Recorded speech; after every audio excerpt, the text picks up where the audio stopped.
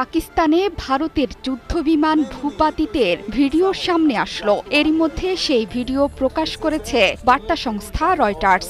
ভারতের পক্ষ থেকে হামলার পর পাকিস্তানি সামরিক বাহিনীর মুখপাত্র জানিয়েছিলেন 5টি যুদ্ধবিমানের মধ্যে 3টি হলো ফ্রান্সের তৈরি রাফাল, একটি রাশিয়ার তৈরি সু-30 এবং অন্যটি মিগ-29 যুদ্ধবিমান। এর মধ্যে সু-30 ও মিগ-29 যুদ্ধবিমান সোভিয়েত আমলে তৈরি করা যুদ্ধবিমান। ভারতের আকাশসীমাতেই এসব যুদ্ধবিমানকে গুলি করে ভূপাতিত করেছে পাকিস্তান। ভারতের পক্ষ থেকেও স্বীকার করা হয়েছে যুদ্ধবিমান ধ্বংসের কথা।